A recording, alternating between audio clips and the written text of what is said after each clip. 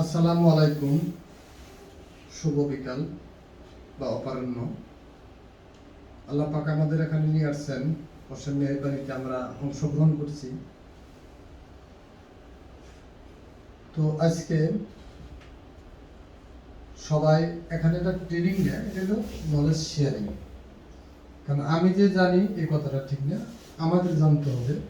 আমার চেয়ে আপনারা অনেক ভালো জানেন।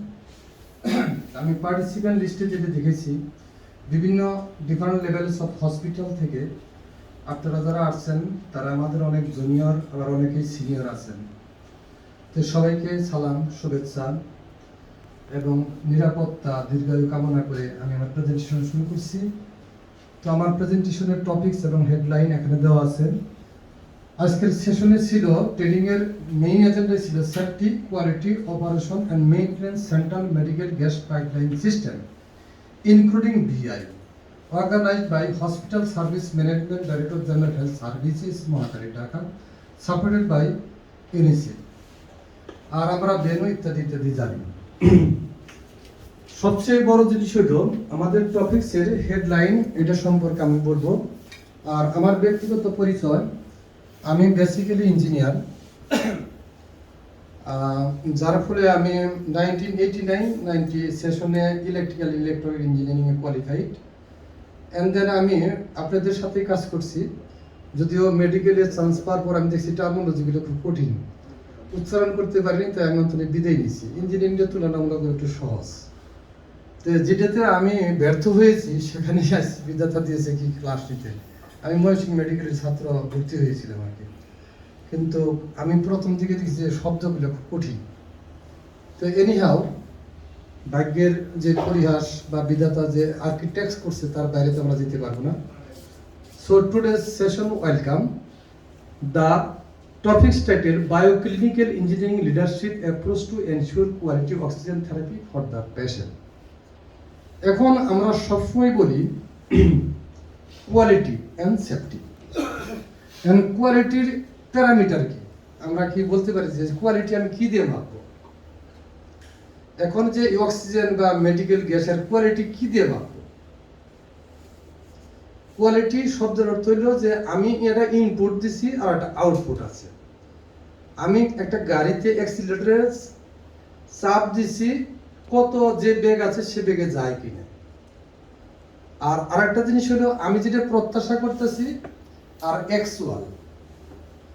অর্থাৎ 100 নম্বরে যদি পরীক্ষা হয়, আমি যদি 80 পাই তাহলে আমার এফিসিয়েন্সি 80%, কিন্তু 80% আমাদের জন্য অ্যাকসেপ্টেবল। তো কোনোদিনই আমার প্রত্যাশা আর অ্যাকচুয়াল এই জিনিসটা সমান হবে না, সর্বোচ্চ 99% হতে পারে। তাহলে আমরা এক শব্দে কোয়ালিটি বুঝলাম।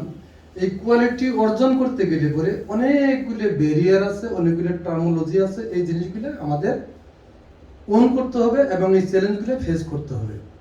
কারণ ফেস করতে গেলে যে জিনিসটা লাগে, আমি লিডারশিপ শব্দটা বলছি। এখন আমি একটু গল্পের ছলেই বলি। এক্সাম্পল, আমি গতকালে বলেছি ম্যারাডোনা কিন্তু খেলে। আমরা কি বলতে পারি ম্যারাডোনা, মেসি বা প্লে যারা খেলছে তারা কি কোয়ালিটি খেলা খেলছে? ফুটবলে তারা কি তারকা কোয়ালিটি খেলা খেলছে কিনা? আচ্ছা, কোয়ালিটি শব্দের অর্থ হলে ফাউল করা যাবে না, কোয়ালিটি শব্দের অর্থ হলে কাউকে মারা যাবে না, কোয়ালিটি শব্দের অর্থ হলে কেউ অন্যায় করা যাবে না। তার মানে আমরা কোয়ালিটি শব্দের অর্থই বুঝতেছি। লিডারশিপ শব্দের অর্থ লিডার আর লিডারশিপ দুটোর মধ্যে পার্থক্য আছে। ফ্রেন্ড আর ফ্রেন্ডশিপ, FRIEND, ফ্রাই যুক্ত এন্ড, আমি বাইজে খাইয়ে ফেলাইলাম। আর ফ্রেন্ডশিপ যখন আসলো তখন ওটা আমার বন্ধুত্বের বন্ধন এবং জাহাজ হয়ে গেল। তো লিডার আর লিডারশিপের মধ্যে দুইটা ডিফারেন্স আছে এবং তফারেন্স আছে। তো আমরা তো নেক্সট স্লাইডে যাই, আপনাদের প্রতি আমার অনুরোধ। এটা স্পন্সর করছে ইউনিসেফ, তারও একটা মনোগ্রাম আমরা দিয়ে দিছি। WHO আমাদের একজন ভালো পটেনশিয়াল গাইডলাইন দিয়ে থাকে, তাকে স্মরণ করতেই হবে। আর আমাদের একটা ক্লিনিক্যাল ইঞ্জিনিয়ারিং অ্যাসোসিয়েশন গভর্নমেন্ট অনুমোদন দিয়েছে, যেটা ইন্টারভেনশন করতেছে 125টা কান্ট্রির সাথে, সেখান থেকে আমরা জ্ঞান অর্জন করি। সে একটা আছে IFMB, international federational medical biological engineering pool, যেখানে ডাক্তার আর ইঞ্জিনিয়ার একত্রেই কাজ করে। সেখানে তারা সারা বিশ্বে আমেরিকা থেকে বা 125টা কান্ট্রি থেকে ভেটু দিয়ে সেটা নামটা দিয়ে দিচ্ছে, আমরা বলি বায়োমেডিক্যাল ইঞ্জিনিয়ারিং আমাদের, এখন বর্তমানে তারা নামকরণ করছে বায়োক্লিনিক্যাল ইঞ্জিনিয়ারিং। ক্লিনিক্যাল শব্দের অর্থ ডাক্তার সাহেবরা যারা আছেন স্যাররা আমার চেয়ে ভালো বুঝেন, ক্লিনিক্যাল ইনভেস্টিগেশন তার মানে এক্সামিনেশন। তাহলে আমাদের ইঞ্জিনিয়ারদের হইতে হবে থিওরি বেস না, আমরা যে যে কাজগুলো করবো সেটা প্রিসিশন, ইনভেস্টিগেশন, এক্সামিনেশন যেন ঠিক থাকে। এই জন্যই নামটা হয়েছে ক্লিনিক্যাল ইঞ্জিনিয়ারিং। তো আমার নাম পড়েছে টেকনিক্যাল ম্যানেজার রিপেয়ার। আমি সাইফুরকে বলছিলাম নিমু নামটা দিবা, কিন্তু গতকাল টাইপ করে সেভ করা হয়নি, মনে হয় নিমু থেকে আসে নাই। যা হোক, নিমু national electromedical equipment maintenance workshop and training centre. It is the central workshop under the government of Bangladesh, under the Ministry of Health Service Division, Ministry of Health and Family Welfare. Only one central organization that have been working to ensure the maintenance and repair all sorts of medical equipment in the public hospital of Bangladesh. Besides, we are providing the consultancy regarding the procurement, technical specification, contamination, serviceable, unserviceable equipments. This is our objective. So next slide, Manul একটু চাপলে ভালো হয়। আমার সাথে আছে বিজ্ঞ engineer Monul সাহেব, mechanical ডিপার্টমেন্টের head. এখন আমার প্রশ্ন জাগে, আমি যে অক্সিজেন নিয়ে কথা বলতেছি, অক্সিজেনের আমার প্রয়োজনটা কি? আমি তো দাঁড়িয়ে আছি, আমার তো অক্সিজেন দরকার নেই। কেন আমার জীবনে এটা ঘটলো? Why external oxygen needs for hospital inpatient, যে কয়েকটা টার্মোলজি আছে আমার মনে হয় কোনো ডাক্তার ভাই পড়লে ভালো হতো। আমি স্যার আপনাকে একটু দিলাম শব্দগুলো, আমি উচ্চারণ করতে পারি না। আচ্ছা, নাম্বার 1 হলো pneumonia and child wards, respiratory distress, hypoxemia, ICU, CCU আর emergency wards, apnea, asphyxia, sepsis, surgical care and anaesthesia.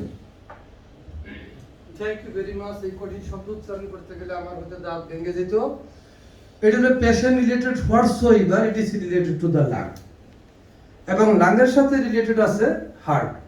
তার মানে আমরা একটা গাড়ির ফিল্টারকে যদি ফিল্টার ধরি আর ইঞ্জিনকে যদি হার্ট ধরি, ফিল্টার যখন জাম বেজে যাবে, ফিল্টারে কোনো সমস্যা হবে, গাড়ি কিন্তু কাঁপুনি দিবে। ফুয়েল মানে ফুয়েল এবং বাতাসের রেশিও হইল, এটা আমাদের সবারই জানার দরকার। একটা গাড়ি, যে কোনো গাড়ি 18 লিটার বাতাস যখন নেয় 1 লিটার তেল খরচ হয়। এই টুইনিংটা যখন সুন্দর হয় তখন গাড়িটা পারফেক্ট চলে। এখন এই 18 লিটার বাতাসের মধ্যে 20% আছে অক্সিজেন, তার মানে 3.2 লিটার অক্সিজেন লাগে আর 1 লিটার তৈল যদি হয়, এই রেশিওটা যদি বার্ন হয় তাহলে গাড়ির ইঞ্জিনের পারফরমেন্স ভালো হবে। তার মানে আমরা লাং ইঞ্জিনিয়ারিং ভাষায় ধরে নিলাম আপাতত একটা ফিল্টার। তো এখানে একটা জিনিস আছে, আপনাদের প্রতি request, patients who are unable to take breath normal, simply oxygen ব্যবহার করব। এই অ্যাটমসফিয়ারিক প্রেসার যেটা আছে, সেই প্রেসারে যদি আমি অক্সিজেন না নিতে পারি, কার্বন ডাই অক্সাইড ত্যাগ করার তো প্রশ্নই ওঠে না। তাহলে আমরা প্রশ্বাস অক্সিজেন নিয়েই দুনিয়াতে আসি, শেষ নিঃশ্বাস ত্যাগ করে ওই সময় দ্বারা অক্সিজেন নিতে পারি না, মানে লাস্ট ডেলিভারি হলো কার্বন ডাই অক্সাইড, আর তো নিতে পারবো না। তাহলে অক্সিজেন এবং কার্বন ডাই ভাইস ভার্সা। তাহলে এক কথায় আমরা আসতে পারি, যারা নরমালি শ্বাস নিতে পারবে না তাদেরকে প্রেসার দিয়ে অক্সিজেন ঢুকাইতে হবে। Next slide. এখন বায়োক্লিনিক্যাল ইঞ্জিনিয়ারিং মেথডোলজি, আমি বলছিলাম অ্যাপ্রোচটা কি হবে। তে আমি যখন এই অক্সিজেনের প্ল্যান করব, সিলিন্ডার হোক, বিআই হোক, পিএসএ সিস্টেম হোক, প্রথম শব্দই হইল যত বেডের হসপিটাল হবে 250 বেডের হসপিটাল, ঠিক 250টা টার্মিনালই লাগবে। এরপরে ICU, CCU, operation theatre, emergency ward, critical ward, এই যে জিনিসগুলো আছে সেগুলোতে আর বাকিগুলো যোগ করতে হবে। এক্সাম্পল, আমার 250 বেডের হসপিটাল, আমার আইসিইউ আছে আর 10টা, তাহলে আমি ধরে নিলাম 250 যোগ 10টার জন্য আর হলো 20টা। মনুল সাহেব কত হইল? 270 আমাকে দিতেই হবে। তো এখন প্ল্যানিং শব্দের অর্থ হইল যে আমরা যখন প্ল্যানিং করি, পরিকল্পনা, যেমন আজকে ট্রেনিং এর কথা যদি বলি, তাহলে এই ট্রেনিংটা আজকে সুন্দর হলো কেন? এই ট্রেনিংটা সুন্দর হলো, ম্যানেজমেন্ট সুন্দর ছিল। যে ম্যানেজমেন্ট কে করলো? একজন মানুষ করছে, তার এইজ আছে, অনেকগুলো ম্যানকে লিডিং দিছে, আর টি আছে, তার একটা টার্গেট আছে। তাহলে ম্যানেজমেন্ট শব্দটা হলো একজন মানুষ অনেক মানুষকে চালাবে, তার বয়স থাকবে, তার একটা টার্গেট থাকবে। তাহলে ম্যানেজমেন্টের যদি দুর্বলতা থাকে তাহলে কিন্তু কোয়ালিটি এনশিওর করা যাবে না। তো এখন আমি প্ল্যানিংয়ে এবং অ্যাসেসমেন্টে যদি ভুল করি, অ্যাসেসমেন্ট শব্দের অর্থ হলো ইভ্যালুয়েশন। তাহলে প্ল্যানিং শব্দের অর্থ হলো আমি যখন একটা হাসপাতালে দাঁড়াবো একজন ডাইরেক্টর হিসেবে, একজন ডাক্তার হিসেবে, তাহলে আমার মাথায় থাকতে হবে যে আমার যে হাসপাতাল আছে যতটা বেড ততটা টার্মিনাল আমি চাবো অক্সিজেনের, নাম্বার 1। নাম্বার 2 হলো আমার এই অক্সিজেন আসবে কোত্থেকে? সিম্পলি উত্তর হয় সিলিন্ডার, ম্যানোফোল্ডের থাকতে পারে, অথবা বিআই ট্যাঙ্ক থাকতে পারে, অথবা পিএসএস সিস্টেম থাকতে পারে। আবার মাথায় আসবে যদি ওই প্ল্যান ফেল করে তাহলে বিকল্প কি হবে? তাহলে ম্যানোফোল্ডের স্ট্যান্ড বাই আবার আরেকটা সিস্টেম দেওয়া থাকতে হবে। ঠিক তেমনি আমি যদি একটা সিলিন্ডারও দিই, একটা পেশেন্টও যদি ভর্তি হয় তাহলে 2টা সিলিন্ডার রাখতে হবে, কারণ ওটা ফুরাই গেলে এটা হলো ব্যাকআপ সিস্টেম। তাহলে প্ল্যানিং এ আমার এই জিনিসটা মাথায় নিতে হবে, আর্কিটেক্ট ভিউ দেখতে হবে, কোন কোন জায়গায় পাইপ যায়, সেখানে আগুনের তার আছে কিনা, পাইপটা লিক হয় কিনা, সাধারণ মানুষ এটা কেটে ফেলতে পারে কিনা, কোন জায়গায় ঢিল মেরে পাইপটা ভাড়াই দিতে পারে কিনা, অক্সিজেন একটা দাহ গ্যাস। তাহলে প্ল্যানিংটা আমার ওই ধরনের হইতে হবে।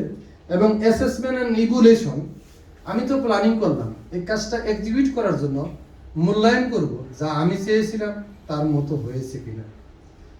এরপরে না পরিষ্কার, এরপরে হলো কি যে আমি যে কাজটা করব প্রথম সময় হলো বাজেট।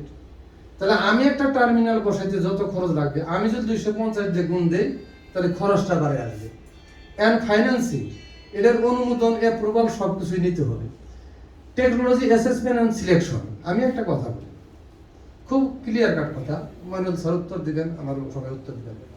টেকনোলজি ইজ ইউনিভার্সাল এবং এটা স্থান কাল পাত্র ভেদে ডিপেন্ড করে।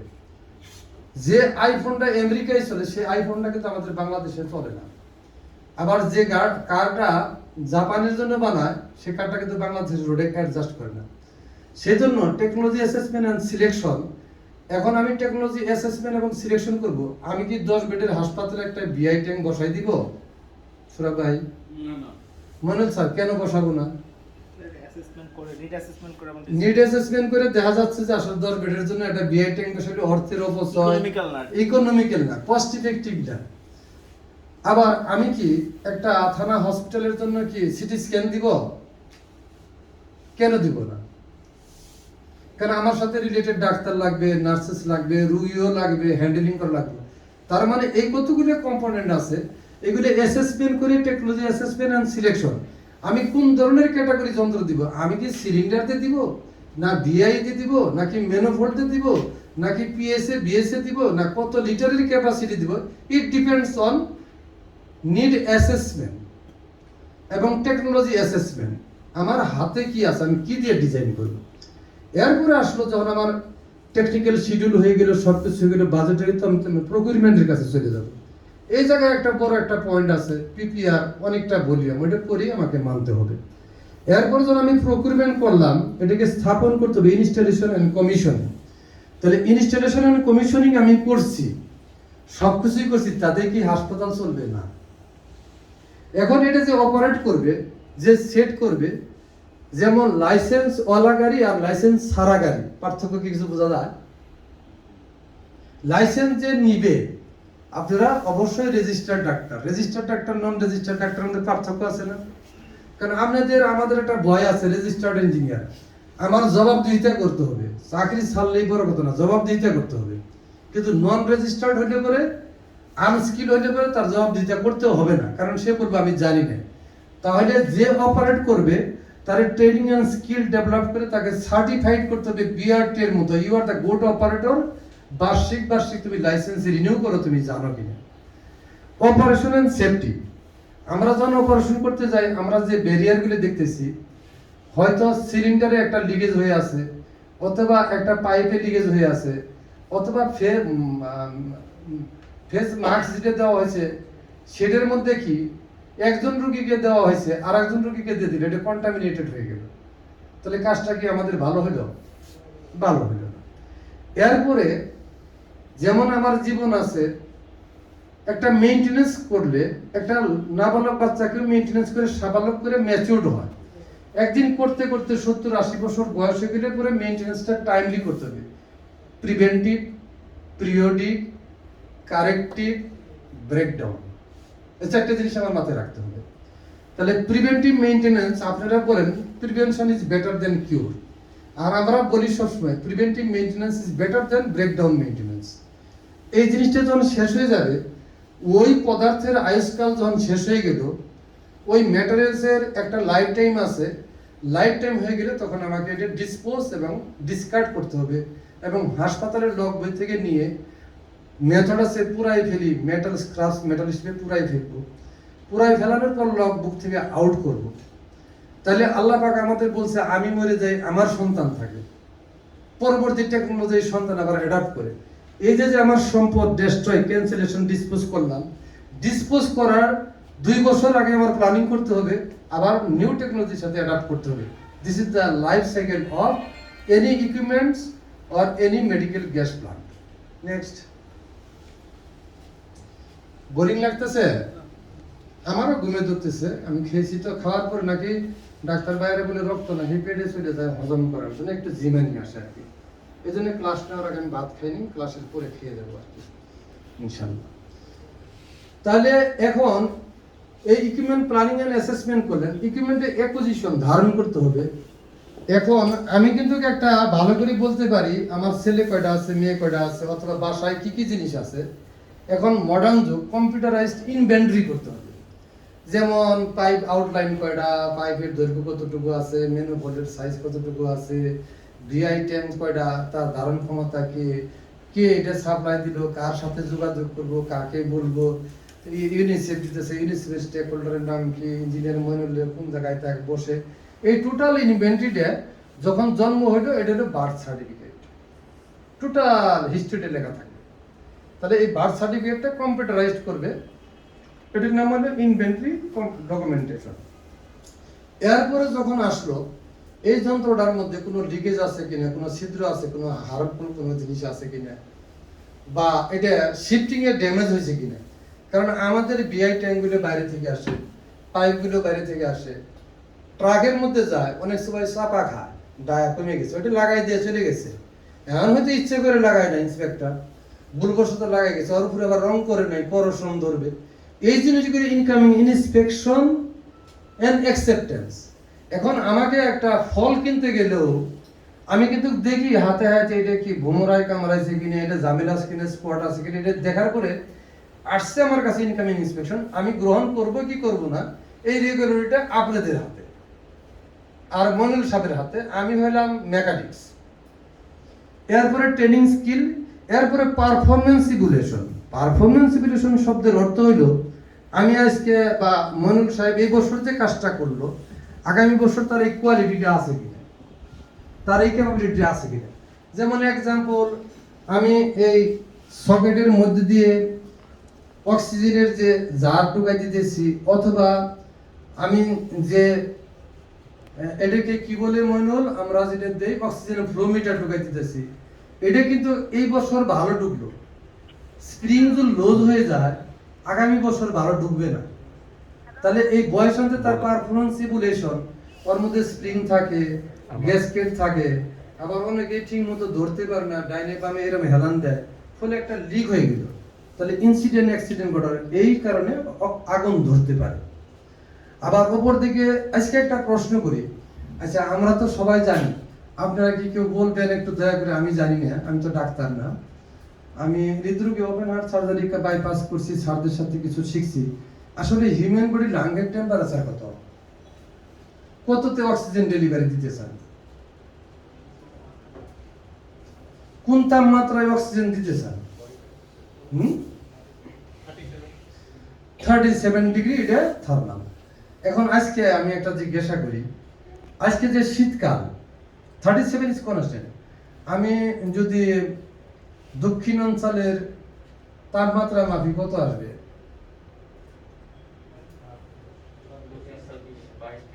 22-23 জানুয়ারি মাসে কত হবে?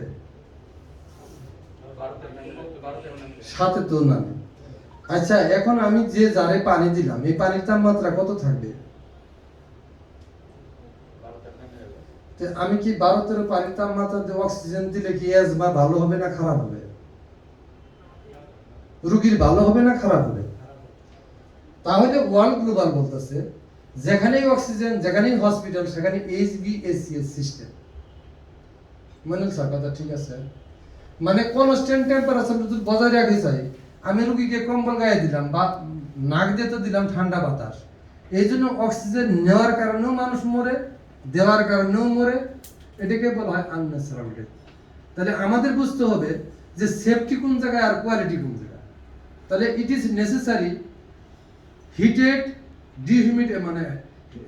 ডিহিউমিডেটেড হিটেড অক্সিজেন, যেটা হাই ফ্লো নদীরাতে কেরালা দিয়ে একমাত্র সম্ভব।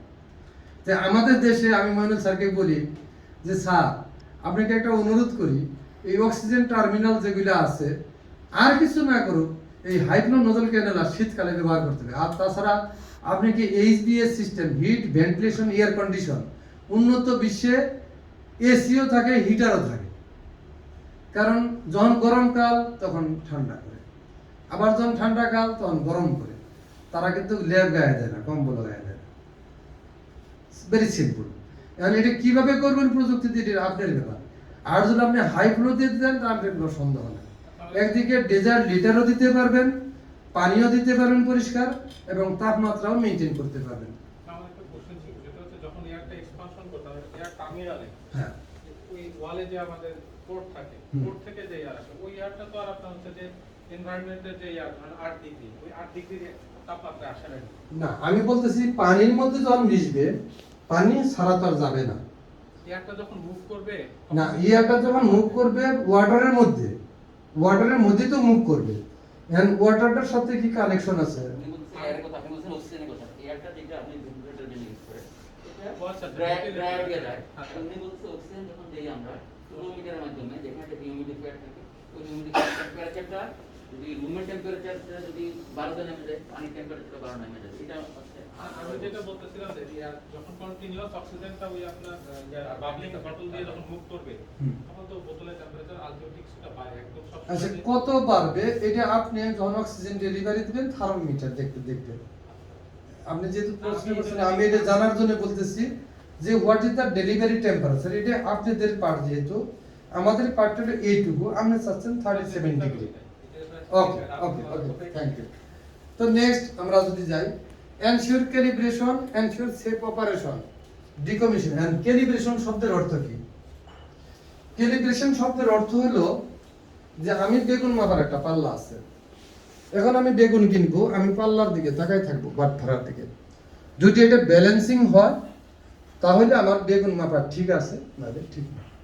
তা আমি যখন অক্সিজেন থেরাপি দিব, টাইডাল ভলিউম দিব, মাইনার ভলিউম দিব, সাই ফাংশন, এপিনিয়া, এই জিনিসগুলো যখন কনসিডার করব, কনসিডার করার জন্য যে ডিভাইসটা আছে, যে আমাকে সার্ভিস দিতেছে, সে কি বিশ্বস্ত? তো এখন আমি ফ্লোমিটার আছে, আমি অনেক জায়গায় দেখছি যে আমি যখন এটা ঘুরাই, ওটা ঘুরে না, উপরে ওঠে না, আবার উপরে উঠে আসে, নিচে নামে না। তাহলে এই যে ইয়ার বাবেলটা যে প্রেসারের সাথে ওঠানামা করবে, সেটা কি স্ট্যান্ডার্ড? এরও একটা ওয়ার অ্যান্ড টিয়ার আছে, ওঠানামা করতে করতে একটু ক্ষয় যায়। তাহলে এটা কতদিন পরে আমি পরিবর্তন করব? আবার আমি যখন টার্মিনালে এটা নজলটা ঢোকাইতেছি, তখনও লিকেজ থাকে। আবার যে পাইপটা ব্যবহার করতেছি, মাস্ক বা যেটা, তার একটা টেম্পার থাকে। আর দ্বিতীয় কথা হলো কি, যে এটা ওয়ান টাইম ইউজ করা ভালো। আবার এটা দিয়ে দিছি, আমি যেটা দেখতেছি আর কি, আমার ইনভেস্টিগেশনে 30 ইয়ার্স অভিজ্ঞতা, যে তারটা বাঁকা হয়ে আছে বা রুগীর হাতের নিচেই পড়ে আছে, আবার অনেক সময় ব্যান্ড হয়ে থাকে। তাহলে যে ডেলিভারিটা দেওয়ার কথা সেটা, আবার মাস্কটা প্রপার প্লেসে, যে যে মুখের ধরন এবং গঠন আছে, আমাদের বাংলাদেশ তো বহু জাতি, কারো মুখ মোটা, কারো নাক চিকন, এটা দিয়ে তো আর মাস্ক বিদেশিরা চিন্তা করে না আমাদের জাতিগত ব্যাপারে। তাহলে এটুকু মাস্ক যদি না হয়, তাহলে আমি যদি 15 লিটার দিই, তার 8% বাইরে চলে যাচ্ছে। আবার আরেকটা জিনিস আছে, আমার নাকের মধ্যে দিল, এটা আপনারা ভালো বুঝবেন, আমার নাকে ব্লক আছে, এটা নয় আছে, ওইটা যদি ঠিক না থাকে তাহলে তো ভেজাল আছে। মুখেতে দিছে, গলাতেও ঝামেলা আছে, ইয়ার পাশে রেজিস্ট্যান্স আছে। এই রেজিস্ট্যান্সগুলো তো জানতে হবে। এটা জানার জন্যই বলা হয়েছে একজন ক্লিনিক্যাল ইঞ্জিনিয়ার এটা অ্যাসিস্ট করবে, লাইক অ্যাসিস্ট্যান্ট নার্সের মতো কাজ করবে উইথ দ্য ডক্টর। তে এখন জাপান বা আমেরিকায় আপনারা যদি যান তাহলে নার্স রেশিও আর ইঞ্জিনিয়ার রেশিও সমান করছে, because once upon a time nurses address to the patient and attend to the patient with some paracetamol, some injection. But today's, it is very essential to address oxygen therapy, ECG machine, high flow, and then monitor, and then ICU ventilator. How it is possible to setting the clinical parameter of the computerized equipment by a simple nurse?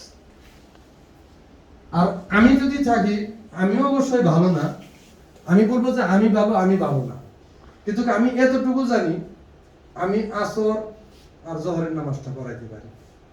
কেন আসর আর জহর বুদবুদ করতে কিছু পারবো, ফজর আর 3 ওয়াক্ত পড়াইতে গেলে ইমাম সাহেব ভালো লাগবে। তাহলে আমার ইঞ্জিনিয়ারিং স্কিল 31 বছর আছে, অন্তত পক্ষে আসর আর জহর পড়াইতে পারবো।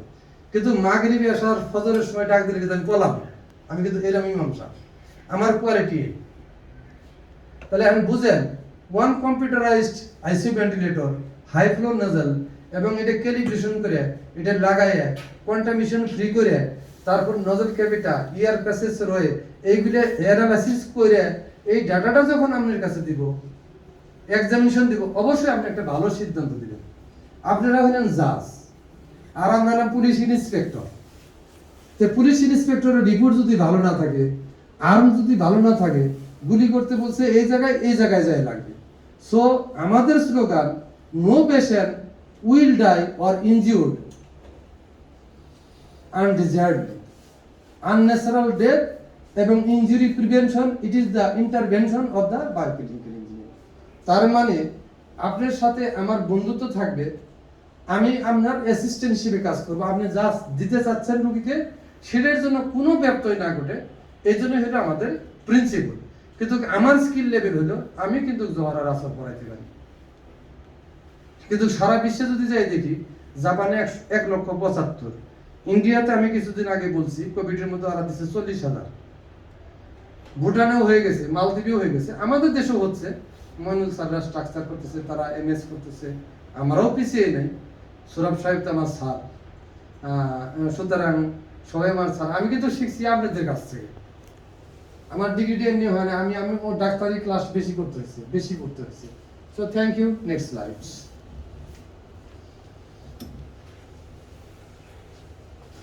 এখন যদি হাউ টু এনশিওর কিউপিসি, আমরা হসপিটালে, আপনাদের মনে হয় কিনা জানি না, কিন্তু আমি নিজে গবেষণা করে দেখছি। আমি যখন হাসপাতালে যাই, আমি যেহেতু মেডিকেল ইকুইপমেন্টের সাথে জড়িত, আমি প্রথমে চিন্তা করি, আরে এটা বিদ্যুতের মেশিন আমার ধরে ফেলাবো কিনা, আরে এই মেশিনটাতে অক্সিজেন দেবো, চাপ বেশি দিব না কম দিব, অক্সিজেন দিতেছে যে পানি তাপমাত্রা ঠিক আছে কিনা ঠিক আছে। আমি সবসময় সেফটি কেয়ার চিন্তা করি, আরে যে ডিভাইসগুলো দেওয়া হবে সেই ডিভাইসগুলো দেওয়ার জন্য এরা ঠিক আছে কিনা। তাই আমি ল্যাবে এনে গেলাম, মালিক বললো যে আপনি কি quality of the patient care দিব। তখন আমি চিন্তা করি আপনার অক্সিজেন নজল কি ঠিক আছে, আমি চাই দিই ঠিক নেই, পানি দেওয়া ঠিক নেই, স্টেরিলাইজেশন করতেছে, ওইটাও টেস্ট করার কিছু নেই। তখন তো আমার সেফটি কেয়ার হলো না। এখন এ দ্বারা আমি মারা যাব না, আর্লি ডিসেবিলিটি চলে আসবে। এখন বুঝবো না, 5 বছর পরে বুঝবো। তারপরে কস্ট ইফেক্টিভ, আচ্ছা ঠিক আছে আমার কাছ থেকে 5 লাখ টাকা নেই, কিন্তু কার্ডিয়াক ডিফিব্রিলেটর দিয়ে আমাকে কি চার্জ দিতে পারবে? ওই সময় দেখা গেছে ব্যাটারি নেই, অক্সিজেন লাগাইতে গেছে সিলিন্ডারে অক্সিজেনই নেই, আবার অক্সিজেন যেটা দেওয়া গেছে সেটা প্রেশারই নেই। এই কস্ট ইফেক্টিভ, আমার টাকা যায় যাক, কিন্তু আমি তো চিকিৎসা চাই। ইফিসিয়েন্ট কেয়ার, মানে কেয়ারের যে টাকা আছে, ইনপুট আর আউটপুট দিলাম, এটা যে ইফিসিয়েন্সি যেন বাড়ে। টাইমলি কেয়ার, আমি আনওয়াইজ বইতে টেলিভিশন দেখতেছি, সিরিয়াল দিয়ে পড়ছি, আসলে অনেক রোগীর টেস্ট করার দরকার নেই, টেস্ট দিয়ে পড়ছে। টাইমলি কেয়ার, আজকে রিপোর্ট দিলাম, 10 দিন পরে রিপোর্ট পাবো, আমি তো পাবলিক হসপিটালের কথাই বলছি। তাহলে টাইমলি কেয়ার যদি না হয় তাহলে আমাদের কিন্তু সমস্যা। আর হলো ইকুইটেবল কেয়ার।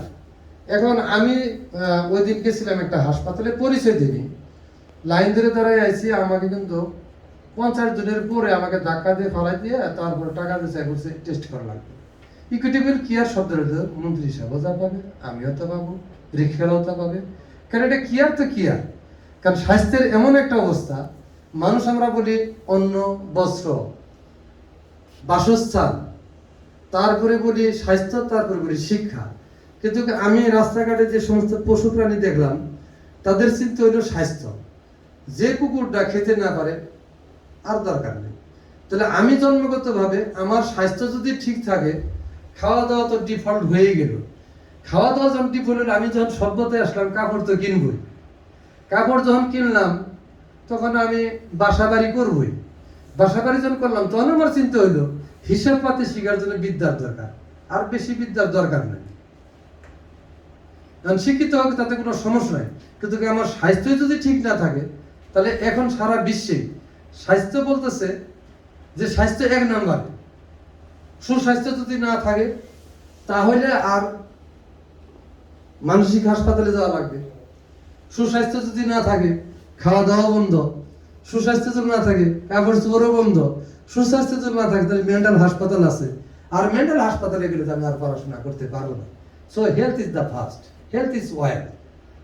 এখন এই জিনিসটা করতে গেলে পরে আমাদের লাগবে safety, quality, time and personal.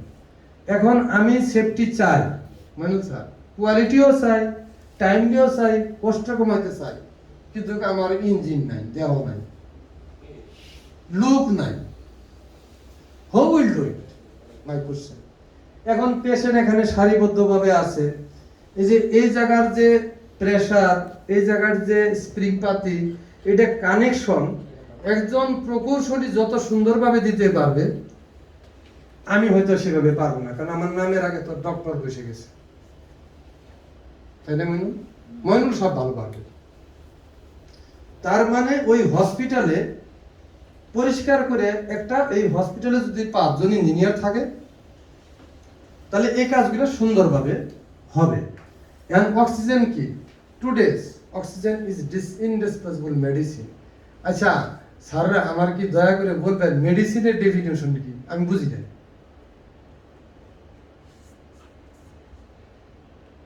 Medicine বলতে কি? এই যে কয় মেডিসিন আর মেডিকেশন, এই শব্দ দুটো আমার একটু অজানা। ট্রিটমেন্ট করেন মানুষ, ট্রিটমেন্টের জন্য। আচ্ছা কেমোথেরাপি কি মেশিন না মেডিসিন?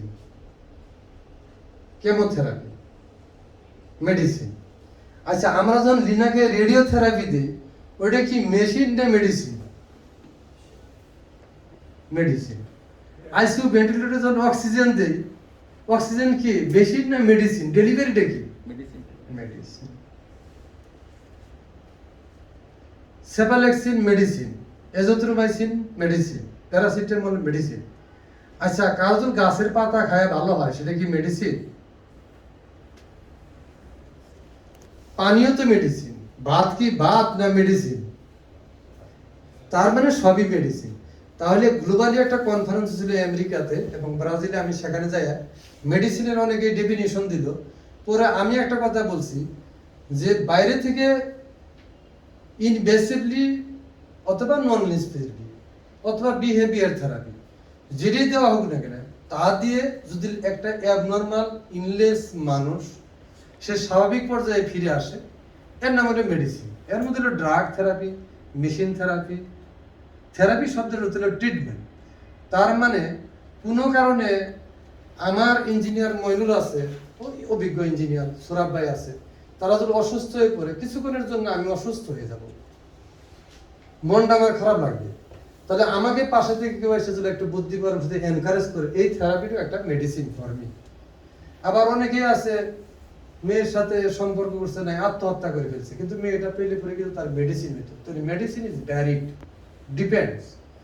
যাকে ছাড়া আমি বাঁচবো না, এটা মেডিসিন। এখন অনেকে অ্যালকোহল মেডিসিন হিসেবে খায়, অনেকে আবার স্মোকিং করে মেডিসিন হিসেবে পায়খানা হয় না। তাহলে মেডিসিন ডিপেন্ড, সাইড ইফেক্ট আছে সবারই, কিন্তু মেডিসিন হলো তাকে নর্মাল কন্ডিশনে নিয়ে যাওয়া। তো নেক্সট, ফিজিওথেরাপি মেডিসিন হবে? অবশ্যই মেডিসিন। আমাকে সুস্থ করার জন্য যা অ্যাপ্লাই করা হবে সবই মেডিসিন, ইনভেসিভলি নন ইনভেসিভলি। হ্যাঁ, এটা গ্লোবাল স্বীকৃতি দিয়ে দিছে। আমি যে কথাটা বলছি এটা জার্নালে পাবলিকেশন চলে আসছে। তো এর আগেরটা যদি দেখি আমরা কি করব, টানা বেশি হয়ে গেল মরণ, সময় শেষ। এই লিডারশিপের মধ্যে আমি বলে দিছি, অ্যাকাউন্টেবিলিটি বলে দিছি, অক্সিজেন থেরাপি কোয়ালিটি বলছি। লিডারশিপের মধ্যে ম্যারাডোনার মধ্যে খেলতে হবে। ম্যারাডোনা যখন খেলবে তখন এটা ক্যামেরা ধরে রাখবে, ফাউল ঠল বিজেতার গোল সবই দেখা যাবে। এর নাম হলো জবাবদিহিতা। যখন আমি লিডারশিপ হব তখন আমার জবাবদিহিতা আসবে, আর জবাবদিহিতা যখন আমি দিব, এটা যখন ক্যামেরা রিয়েল টাইম ধরা করবো তখন কোয়ালিটি আসবে, আর যখনই কোয়ালিটি আসবে তার আউটকাম আসবে অক্সিজেন। নেক্সট, আমরা সারা বাংলাদেশে পেশেন্ট কেয়ার নেটওয়ার্ক ইন বাংলাদেশে যদি দেখি, আমাদের প্রথম যে জিনিস আছে, মিনিস্ট্রি অফ হেলথ সবই রেগুলেট করে, প্রাইভেট পাবলিক হসপিটাল আর ক্লিনিক আছে। মেজর রেগুলেটরি অথরিটি অফিস আমি নাম লিখছি, ডিজিএইচ, ডিজিপিডি আর ডিজিডিএ, ডিএনএস, ইপিআই এটসেট্রা আমি দিয়ে দিচ্ছি আর কি। আমাদের নামটা দেয়নি কারণ আমাদের এই নিউ নামটা উচ্চারণ করা অনেক কঠিন হয়, মিউ মিউ বলে আমার বিও ভেঙে গেছে এই শব্দ অফিস দিয়ে। এর মধ্যে আছে প্রাইমারি লেভেল 30 থেকে 50 beds, tertiary level medical college hospital, range দেওয়া আছে স্পেশালাইজড হসপিটাল। এই সাইডের বাইরে তার আমাদের কোনো কাজ নাই, টিবি ক্লিনিক সবাই সে করবে।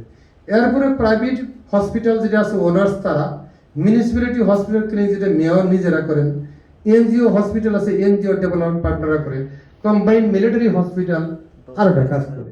এছাড়া কি বাংলাদেশে আমার হেলথ নেটওয়ার্ক আর যারা নাই, যদি জানেন তাহলে আপনারা একটা ইনপুট দিতে পারেন।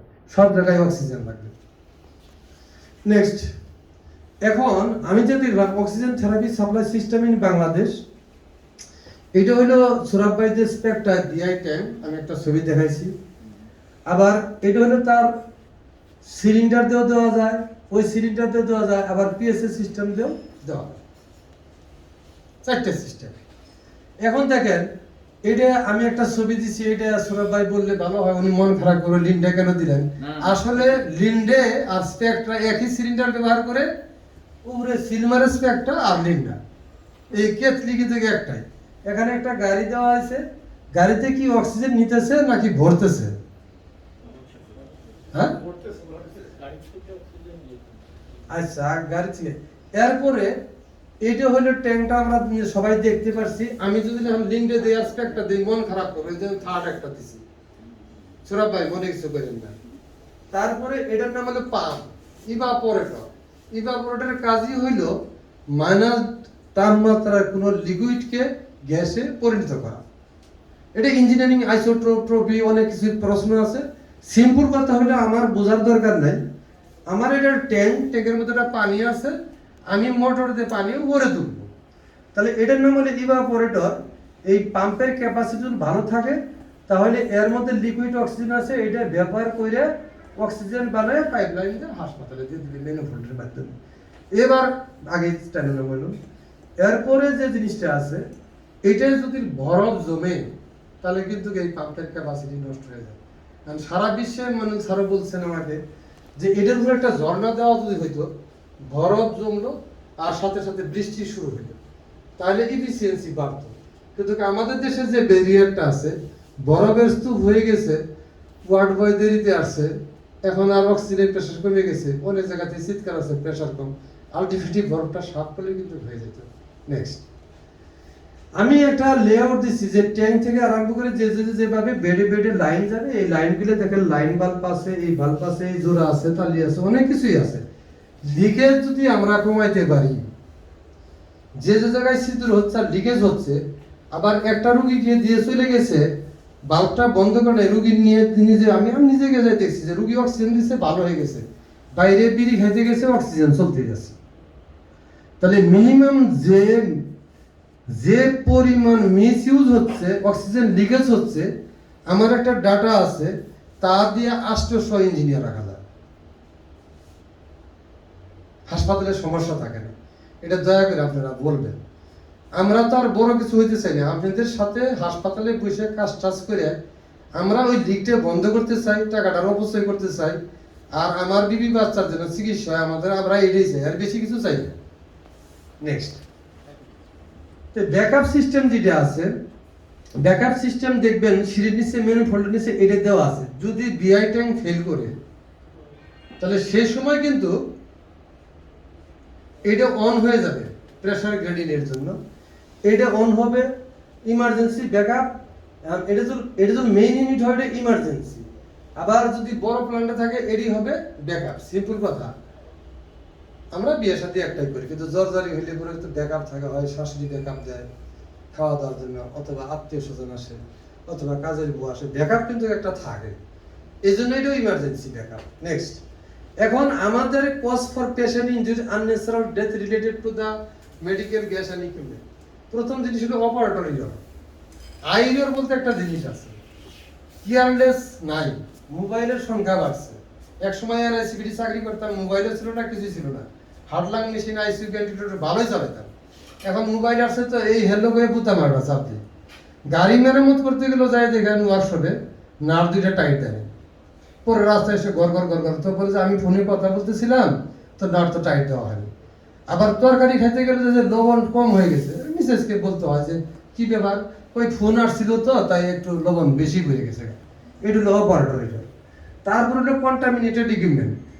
ওই মাছ দিতেছি যে আসছে, মিষ্টি দিলে খাবো না, কিন্তু মাছ দিলে খাবো। কিছুক্ষণ আগে একজন রুগী তার যে মাছ দিছে আমার ওইভাবে ঢুকাই দিছে। আর সফটওয়্যার ইরর, এই মেশিনের মধ্যে কিছু বেশ কিছু সফটওয়্যার আছে। পাওয়ার ফেলিউর একটা শব্দ আছে, পিএসএ সিস্টেম আসতেছে পাওয়ার ফেল করবে। ইকুইপমেন্ট এনক্লোজার কারেন্ট, মেশিনের মধ্যে কিন্তু কারেন্ট থাকে, ওইটা অনেক সময় হাড় হাসপাতালে দেখছি রুগী ওই আর্থিং হয় না, হয়ে গেছে, লাগে গেছে, মরে গেছে, পরে কয় এটা তো হঠাৎ করে কার্ডিয়াক অ্যারেস্ট হয়ে গেছে। এরকম আমার কাছে অনেক কেস আছে। লিকেজ কারেন্ট আছে, মানে তার দিয়ে লম্বা করে লাইন নিচ্ছে, ইনসুলেশন ব্রেক হয়েছে, রুগীর অ্যাটেন্ডেন্স আইসে এখানে পা দিছে, মরে গেছে, কয় হার্ট অ্যাটাক হয়েছে। আর একটা জিনিস ইনস্ট্যান্ট ফেলিউর, অ্যানেস্থেসিয়া মেশিন চলতেছে চলতেছে, ভেন্টিলেটর সহ ফুটুস করে ব্যাটারি অফ হয়ে গেছে।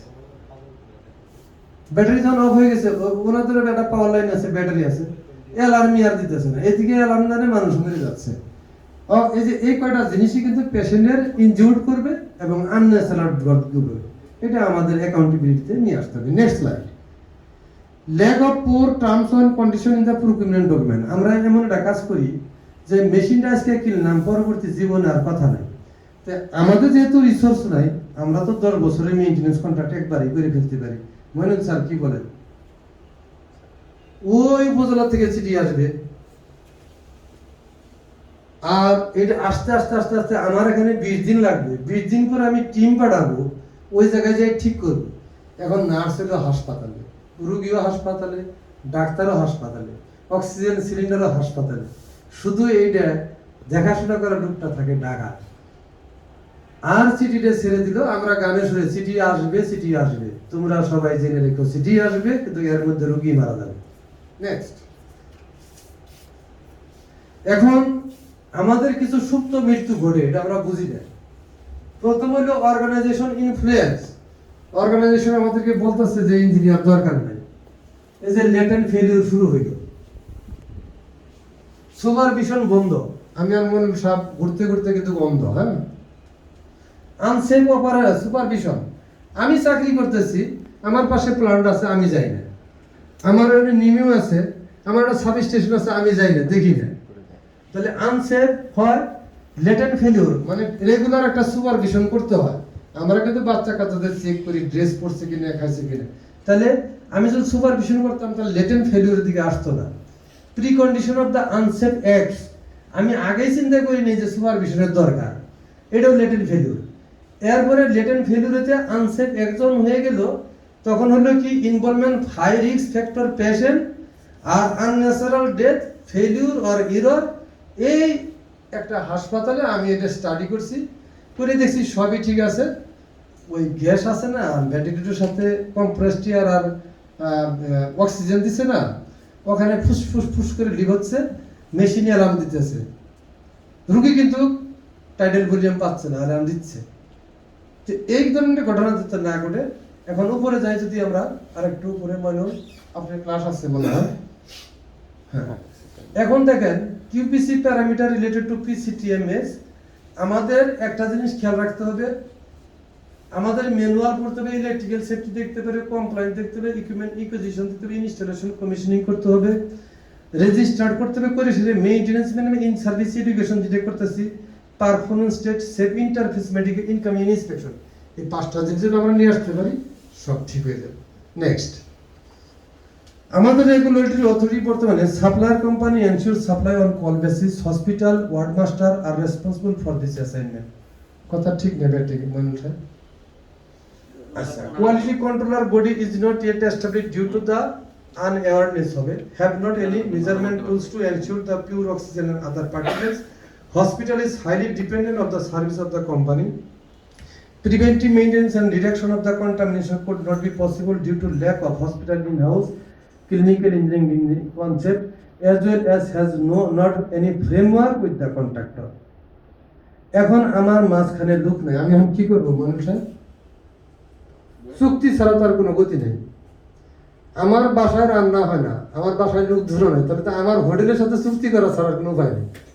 তো এখন আমি রিকমেন্ডেশন করব, যতদিন পর্যন্ত আমাদের জনবল রিসোর্স এস্টাবলিশ না হবে ততদিন পর্যন্ত প্রতিটা হাসপাতালের স্পেক্টার ক্ষেত্রে দেখছি যে কিছু জনবল রাখে ছবি টবি দিয়ে ভাত ঠাত খায়, প্লান্টের পিছিয়ে শুয়ে থাকে, তারা কিন্তু বিরক্ত।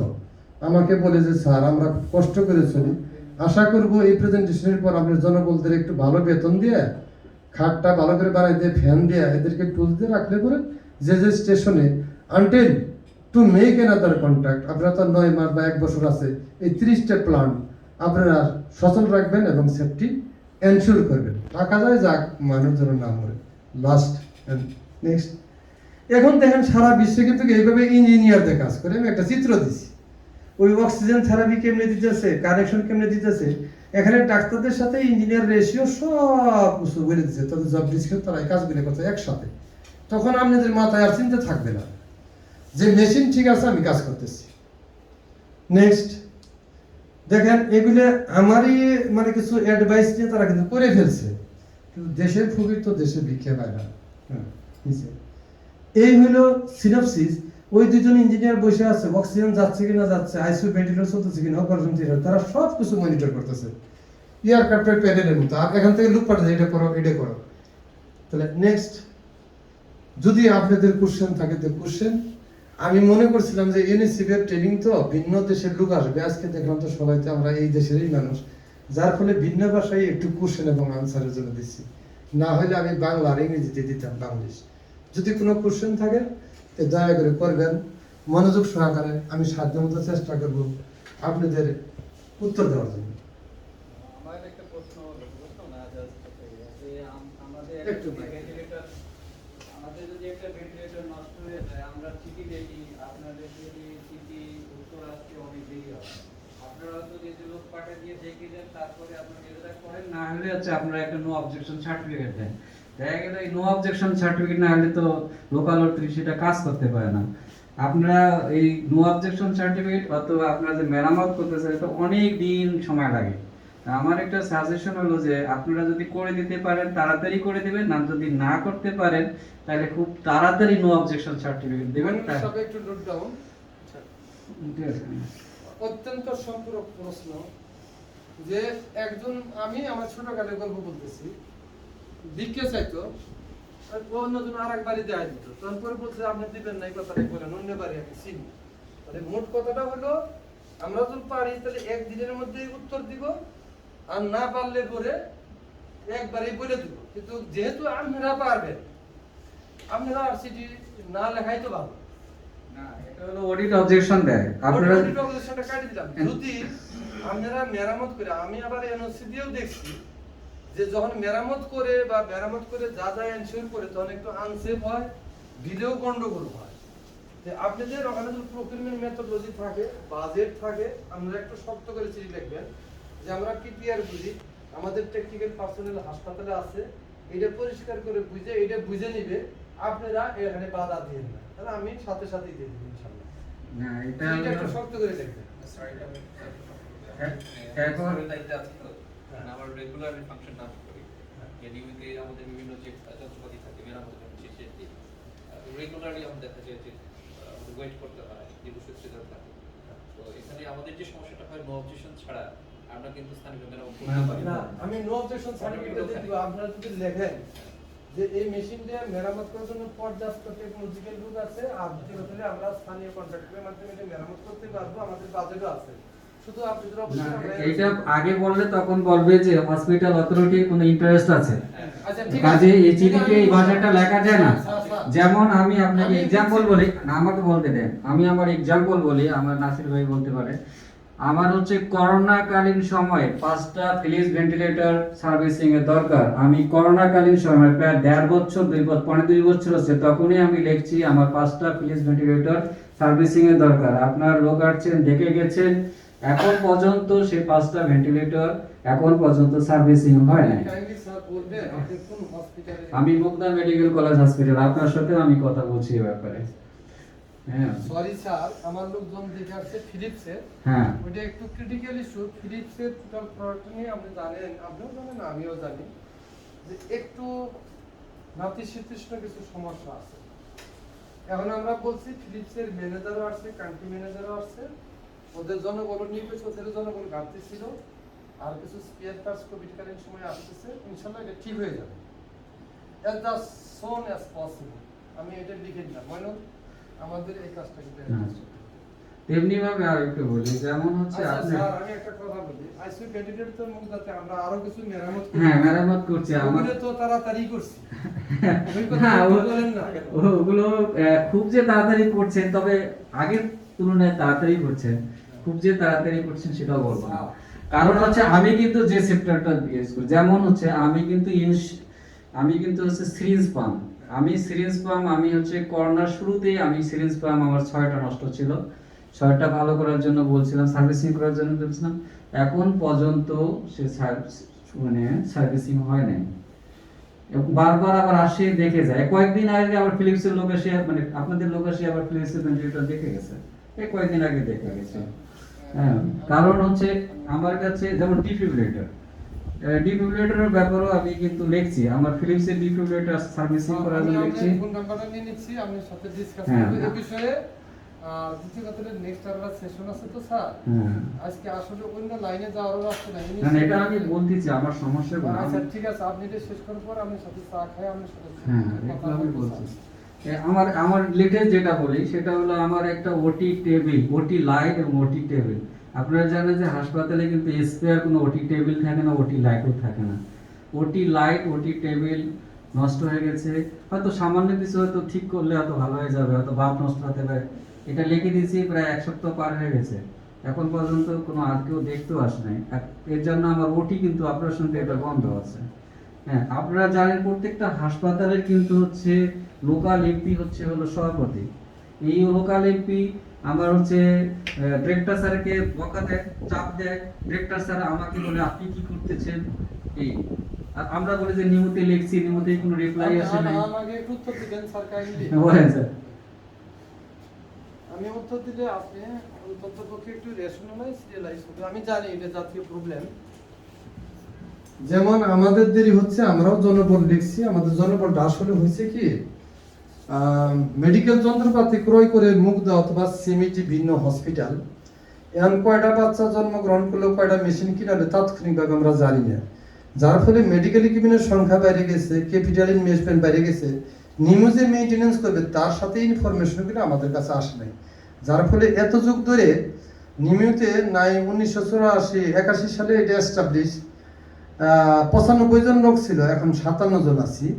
তো এটার সাথে এনহ্যান্স করে টাই আপ হয়ে যদি আমরা ডিজিডিএফ এর ড্রাগ এবং হসপিটাল একত্রে বসে সেটিং করতাম যে লোড কত আর আমার সাব স্টেশনের ক্যাপাসিটি কত, এদিকে সব হাসপাতালে বিদ্যুতের বাল্ব লাগাই ফেলাইছে, তার রসিকন, আর এদিকে সাব স্টেশন বাড়ায়, ফলে শর্ট সার্কিট হচ্ছে। আশা করি আমরা যে প্রপোজাল দিছি ইনশাল্লাহ মন্ত্রণালয় চলে গেছে, মনির সাহেব আছে, আমাদের জনবলগুলি নেওয়া হয়ে গেলে অনেকটা এটা হ্রাস ঘটবে।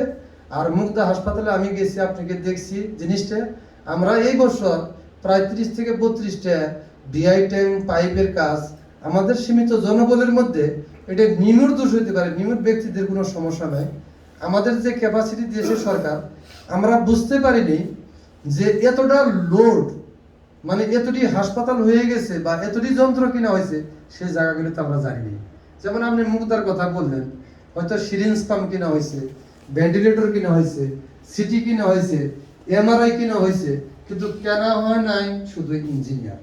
যদি আপনি ওই জায়গাতেই বলতেন যে এত কিছু কিনা হইতেছে, WHO বলছে 10 কোটি টাকার যন্ত্র কিনলে একজন ইঞ্জিনিয়ার কিনতে হবে, সেটা আউটসোর্সিং হোক অথবা সরকারি হোক। এখন আমি যদি নিউরো সায়েন্সের কথা বলি, ঢাকা মেডিকেলে ওখানে 50 জন ইঞ্জিনিয়ার লাগে, কিন্তু ঢাকা মেডিকেল কলেজ যে এত তাড়াতাড়ি উন্নত হয়ে গেছে, মুগ্ধা ফার্টাইল হয়ে গেছে, কিন্তু এর সাথে রিলেটেড যারা পাহারাদার বাড়ি বড় হয়ে গেছে, নিরাপত্তা প্রহরী কম, সো আনছে।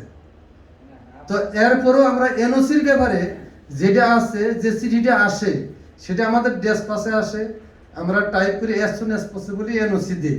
আবার ঢাকার মধ্যে এনওসি দিতে গেলে এখন মেশিনের একটা এনওসি থেকে একটু দেখতে হয়, সময় নষ্ট হয়েছে। ইনশাল্লাহ আপনি এখানে সবারই একই সমস্যা, আমরা এটা আরো যত উন্নত করা যায় আমরা উন্নত করব। তো সবাইকে ধন্যবাদ। যদি আর কোনো কোশ্চেন না থাকে, আর অন্য কোশ্চেনটা করতে পারবো না জিনিসটা, আই এম বাইন্ডেড অ্যান্ড বাউন্ডারি। আপনাদের যেমন কথা আছে আমাদের অনেক কথা ছিল। আমার বলা আছে safety quality of maintenance central medical gas pipeline system. এই সাবজেক্টের বাইরে যে আমার কথা বললে হয়তো তৌকির আমার মাইকটা কেড়ে নিতে পারে। এই রিলেটেড কিছু বলেন দয়া করে। এর মধ্যেই বলবো স্যার। আচ্ছা ঠিক আছে। আচ্ছা, প্রথমে স্যার আপনাকে ধন্যবাদ জানাই সুন্দর উপস্থাপনার জন্য, এবং আপনার কথাগুলো স্যার আমাদের মনে থাকবে আমাদের। স্যার আমার ইস্যুটা হলো যে আমরা স্পেক্ট্রা আমাদের ওখানে কুড়িগ্রামে স্যার, কুড়িগ্রাম কথা বলতেছি আমি, ওখানে তো এটা মইনুল উত্তর দিবে। এই ট্যাঙ্ক দিয়েছে স্যার। এখন স্যার ওই আমার প্রশ্ন, ওরা 6 মাস পরে তো ওরা ম্যানপাওয়ার উঠাই নিবে। তা এইটা স্যার আপনি যেহেতু রাইট পারসন টু সে, আপনি স্যার এটা এমন কোনো পলিসি অ্যাডাপ্ট করছেন কিনা যারা কন্টিনিউ করে ওনারা, আর যদি স্যার কন্টিনিউ না করে সেক্ষেত্রে স্যার এই যে এটা তো একটা আলাদা ডিপার্টমেন্ট, অক্সিজেন যে ইয়াগুলো স্যার, যে এই ট্যাঙ্ক, ম্যানিফোল্ড, তারপরে পাইপ লাইন, আলাদা ডিভিশন স্যার। এই ডিভিশন দেখাশোনা করার জন্য গভর্নমেন্ট থেকে এইসিডি অথবা পিডব্লিউডির মতো কোনো অর্গানাইজেশন থাকবে কিনা, এই ব্যাপারে স্যার আপনার মন্তব্য আছে। আচ্ছা, আমার শাখা ইনচার্জ মেকানিক্যালের বিআই ট্যাঙ্কের, উনি কুয়েট থেকে পাস, উনি আমার চেয়ে ভালো সব দিতে, আমি কুয়েট থেকে পাস, উনি বোধহয় ভালো উত্তর দিবে। যদি বাদ থাকে তো আমি কিছু জের জবর পেশ দিয়ে সমাপ্ত করি। আচ্ছা বলুন। স্যার আসসালামু আলাইকুম, ধন্যবাদ আপনার প্রশ্নের জন্য। স্যার আপনার যে প্রশ্নটা, স্যার এটা জানবেন যে এই প্রজেক্টটা ইআরপিপির আন্ডারে, ডিজি হেলথের ইআরপিপির আন্ডারে মাধ্যমে ইউনিসেফ করেছে, এবং এটা নিয়ে কিন্তু স্যার আমরা অলরেডি 4-5 বার মিটিংও করেছি যে আফটার 6 মান্থস, কারণ আপনাদের 6 মাসের যে কন্ট্রাক্ট এগ্রিমেন্ট আছে, এরপর শুধু অক্সিজেন না স্যার, আপনারা কিন্তু একটা পুরো কাজটাই, ওনারা যে কাজটা করেছে সবগুলো কিন্তু আফটার 6 মান্থস কি হবে এটা স্যার অলরেডি ডিজি মহোদয়, অনারেবল ডিজি মহোদয় এটার দায়িত্ব আছেন, উনি এটা সিদ্ধান্ত গ্রহণ করবেন, এবং এটা নিয়ে একটা হাই স্টিয়ারিং কমিটি মিটিং হওয়ার কথা। হোপফুলি নেক্সট উইকে সেই মিটিংটা হবে। অফ দ্য রেকর্ড আমি যতদূর জানি ওইখান থেকে স্যার সিদ্ধান্ত হবে যে এইটার অথরিটি, কারণ স্যার এটা এতদিন প্রজেক্টের আন্ডার ছিল ইআরপিপি প্রজেক্ট, এটা আসলে হসপিটাল উইংকে হ্যান্ড ওভার করে দেবে ডিজি হেলথের। Hospital wing then take decision by through the direction from Ministry of Health and Family Welfare, Health Service Division under থেকে তারা ডিসিশন নেবে। স্যার এটা নিয়ে স্যার আপনার কনসার্ন হওয়ার কিছু নেই, এটা নিয়ে কিন্তু স্যার সবারই মানে আপনার বলেন এডিজি ম্যাডাম, ফ্লোরা ম্যাডাম আছেন, সবারই এই বিষয়ে কনসার্ন আছেন, এবং অনারেবল ডিজি স্যারেরও আছেন, এবং আমাদের সিনিয়র সচিব মহোদয়, মন্ত্রী মহোদয় আছেন, তারা খুব দ্রুত একটি সিদ্ধান্ত গ্রহণ করবেন। কারণ স্যার আপনার হাসপাতালে তো আগে শেষ হয়ে গেছে কাজটা, হয়তো 6 মাসের টাইমটা আগে শেষ হবে, কিন্তু স্যার আমরা যদি দেখি ওনাদের কাজ কিন্তু একেবারে নভেম্বর, এন্ড অফ নভেম্বরের মধ্যে সব হ্যান্ড ওভার হয়ে গিয়েছে। তো একটা কালেকটিভ ডিসিশন আসলে সেটা স্যার সবার জন্যই প্রযোজ্য হয়ে যাবে স্যার। ও আর স্যার আপনি যেটা বললেন যে হ্যাঁ গভর্নমেন্ট আসলে এটা নিয়ে কি করছে, যেহেতু এখন অক্সিজেনের বিষয়টা চলে আসছে, উই অল আর সাজেস্টিং, কারণ রিসেন্টলি আমরা 2 সপ্তাহ আগেই ন্যাশনাল অক্সিজেন প্ল্যান নিয়ে একটা সেমিনার হয়েছিল। তো ইটস আপ টু গভর্নমেন্ট, মানে আমরা আসলে আপনাদের এন্ড থেকে বা আমাদের এন্ড থেকে বা পিডব্লিউডি, এইচইডি বা দাতা সংস্থা সবার এন্ড থেকে সাজেশন আমরা প্রোভাইড করেছি। হোপফুলি এটা একটা কালেকটিভ ডিসিশন হোপফুলি একটা আসবে, তখনই স্যার একটা কালেকটিভ সলিউশন স্যার আপনি পেয়ে যাবেন। Thank you sir. আমি যদি আপনারা ই করেন, আমি তো থ্যাঙ্কস দিইনি, এটা আগে উঠলো কেন? থ্যাঙ্কসটা একটু দেবো, থ্যাঙ্কস শেষ করি না, একটু থ্যাঙ্কস আমি তো শেষ করি নি, আগের স্লাইডটা দেবো আর কি। কারণ একটা ধন্যবাদ তো পাওয়ার মতো মনে হয় কিছু বলছি, আমার তো ধন্যবাদ দিতে হবে। মরি নাই এখন, না সমস্যা নাই, এত তাড়াতাড়ি বিদায় করেন না, ওই নাটকের মতো হবে 200 টাকা জমা দিচ্ছি, মরি নাই, মরবো না, হ্যাঁ এত তাড়াতাড়ি না। তো এখন যে জিনিসটা হলো এটা থ্যাংক ইউ। আর একটা সামারি, এটা 30টা স্টেশনের একই কথা আসবে। প্রথম জিনিস হলো 6 মান্থ টেনিয়র আমরা প্রজেক্টে দেখছি। আমি বললো until my recommendation is that যেহেতু প্রজেক্টটা যে প্রজেক্টের এর প্রজেক্ট ডাইরেক্টর এবং ইউনিসিপ যেটা কন্ট্রাক্ট করতেছে, until further regulatory decision it will be continue. এছাড়া তো রাস্তা নাই। আমরা দিন শেষে যাই গুনি, পকেটের টাকা হাত গুনি। আমার মুদ্রা কথা একটা জিনিস, সেটা হলো যে পর্যন্ত সরকার এই সিদ্ধান্ত মেইনটেন্যান্সের জন্য না নিবে ততদিন পর্যন্ত ওই প্রজেক্টেও টাকা আছে, ডাইরেক্টরও আছে, ইউনিসিপও আছে, স্পেকটাও আছে, তারাই মিটিং করে চালাই যাবে, নেভার ইন্টারাপ্ট। আমার কনক্লুশন এটি। এছাড়া আর আমি এদিক সেদিক দেখায় কোনো লাভ নাই। ঠিক আছে জিনিসটা? Very simple. I request to Spectra how to play with your project until safe handing over to any regulatory authority, you never be stopped. এটা আমার অনুরোধ। আর স্টপ করার পূর্বেও 6 মাস আগে আপনাকে অ্যালার্ম দিতে হবে। অ্যালার্ম ছাড়া রুগী মাইরে ফেলান, আপনি এটা ছাড়বো না। সোজা কথা। আপনারা কি রাজি আছেন তো নাকি? এই যে একটা আতঙ্কে আছে, আতঙ্ক যেন না হয়। মইনুল এটা রিপোর্ট পরিষ্কার করে দিবা। আমরা যেহেতু মেইনটেনেন্সের জন্য দায়ী, ইস্যুটা মেইনটেনেন্স নিয়ে, ওই যে safe quality operation maintenance of central gas আমাদের জেফত করছে না, দাওয়াত দিচ্ছে, জেফতিতে করছে, আমরা তো কিছু নিয়ে আসিনি। তাহলে এই লাইনটা ঠিক রাখতে হবে। মেইনটেনেন্স যেহেতু আমাদের পার্ট, আমাদের এটা রিপোর্ট করতে হবে। প্রজেক্টের যে কাগজটা আপনার আর আমার কাছে আছে, আমাদের রিকমেন্ডেশন হইলো যে আমাদের সাজেশন এটা এমপিডব্লিউডি করুক, হেড করুক আর নিমিউ করুক, হোয়াট এভার গভর্নমেন্টের একটা রেগুলেটরি এজেন্সির আন্ডারে আমরা আসতে হবে, জবাবদিহিতা তাদের দিতে হবে। এখন গ্যাস তো তারা সাপ্লাই দিবে, এগুলো রিপেয়ার মেইনটেনেন্স যে পর্যন্ত রেগুলেটরি সেট না হবে সে পর্যন্ত ওই প্রজেক্ট এবং এটা দিয়ে চলবে। এটা হলো মেইনটেনেন্স ম্যানেজার, আমি টেকনিক্যাল ম্যানেজার রিপেয়ার হিসেবে এটা আমাকে বলতেই হবে। I have no further way, এদিক সেদিক করার আমার আর রাস্তা নেই। যেহেতু মেইনটেনেন্সের হেড আমি, আমাকে এই কাজটা করতে হবে। So thank you very much. ভুল বেয়াদবি, মানুষের অ্যাপ্রোচ তো অনেকজন থাকে, অনেকেরই পছন্দ হয়, পছন্দ হয় না। আমারও ভাষা বা ল্যাঙ্গুয়েজ অনেক কিছুই থাকতে পারে। Pardon me please. Thanks to all for nice trip and nice journey. অনেকে অনেক জায়গা থেকে বিমানে আসছেন, চলে যাবেন। এখন বর্তমানে ক্লাস টিবেন আমাদের মইনুল ইসলাম, মেডিকেল অক্সিজেনের ভালো অভিজ্ঞ আর কি। আসসালামু আলাইকুম। আমি ভিন্ন ভাষায় আবার ছেড়ে দিচ্ছি, আমি বুঝতাম না যেন